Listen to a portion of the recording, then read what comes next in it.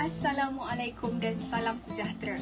Saya Nur Wahidah binti Maknawi bernombor matriks S70353 dari Sarjana Muda Pengurusan Maritim ingin membincangkan tentang 3 fungsi Perlembagaan Persekutuan Malaysia dalam mewujudkan masyarakat harmoni di negara ini. Sebelum tu, kawan-kawan tahu tak apa itu Perlembagaan Persekutuan Malaysia? Menurut Jabatan Penerangan Malaysia, Perlembagaan Persekutuan Malaysia ialah dokumen undang-undang bertulis yang dibentuk berasaskan kepada 2 dokumen sebelumnya, iaitu Perjanjian Tanah Melayu 1948 dan Perlembagaan Kemerdekaan 1957. Perlembagaan Malaysia telah digubal berdasarkan nasihat daripada Suruhanjaya RIT yang telah melakukan kajian dalam tahun 1956.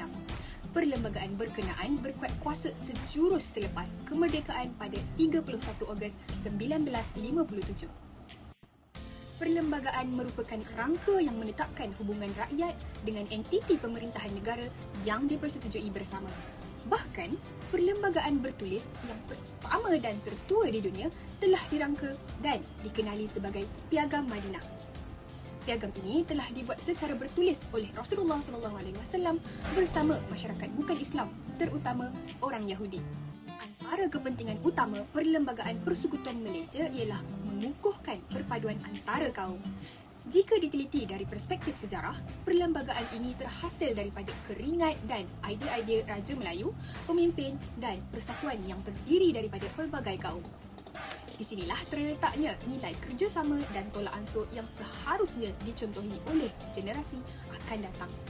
Kebijaksanaan pemimpin terdahulu begitu terselah apabila wujud quid pro quo atau tawar-menawar berkaitan dengan 4 perkara teras, iaitu hak kerakyatan bukan Melayu, kedudukan agama Islam sebagai agama rasmi, kedudukan bahasa Melayu sebagai bahasa kebangsaan dan kedudukan istimewa orang Melayu itu sendiri. Hal ini mewujudkan kesedaran bahawa Perlembagaan Persekutuan bukan sahaja mempertahankan hak penduduk asal, malah tidak mengetepikan kepentingan sah kaum yang lain.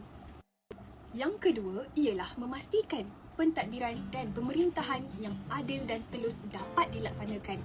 Malaysia telah dibentuk melalui Kerajaan Persekutuan melalui proses pilihan raya yang memberikan hak kepada rakyat untuk memilih wakil masing-masing. Parti yang mempunyai majoriti kerusi di Parlimen akan membentuk Kerajaan Persekutuan dan menjalankan tugas-tugas eksekutif negara seperti memperincikan dasar-dasar umum yang dijanjikan kepada rakyat. Berdasarkan Perlembagaan Malaysia, kita juga mempunyai sistem raja berperlembagaan di mana YDPA dipilih oleh Majlis Raja-Raja Melayu untuk menjadi ketua negara. Sistem bertempoh 5 tahun sepenggal adalah adil dalam memberikan peluang dan ruang kepada mereka yang berkuasa untuk memerintah dan mentadbir negara. Kesannya, pertilihan kuasa dalam pentadbiran negara dapat dielakkan serta rakyat dapat menentukan hala tuju politik negara. Yang terakhir, mengekalkan hak istimewa golongan Bumiputera. Perlembagaan ini berperanan dalam memberikan tanggungjawab kepada YDPA untuk menjaga hak keistimewaan Bumiputera iaitu orang Melayu, Sabah dan Sarawak. Dalam penyataan penuh artikel 153 Perlembagaan Malaysia ada menyatakan perizaban kota berkenaan perkhidmatan, permit dan sebagainya bagi orang Melayu dan anak negeri mana-mana antara Sabah dan Sarawak. Secara mudahnya, perkara ini menyatakan hak istimewa yang merangkumi jawatan dalam perkhidmatan awam, beasiswa, pendidikan, perniagaan dan kemudahan khas yang lain. Ia juga menyatakan bahawa bahasa Melayu diangkat sebagai bahasa persekutuan dan agama Islam sebagai agama rasmi. Walau bagaimanapun, kaum lain bebas menganuti agama masing-masing dan perlu mengamalkan sifat hormat-menghormati antara satu sama lain. Tambahan pula, rukun negara Malaysia yang keempat dan kelima iaitu kedaulatan undang-undang dan kesopanan dan kesusilaan adalah rukun yang wajib dipatuhi oleh warga negara Malaysia agar kesejahteraan sentiasa terjamin. Secara tuntasnya, kewujudan perlembagaan sebagai asas undang-undang mempunyai peranan yang sangat besar dalam membentuk perjalanan pemerintahan di negara ini.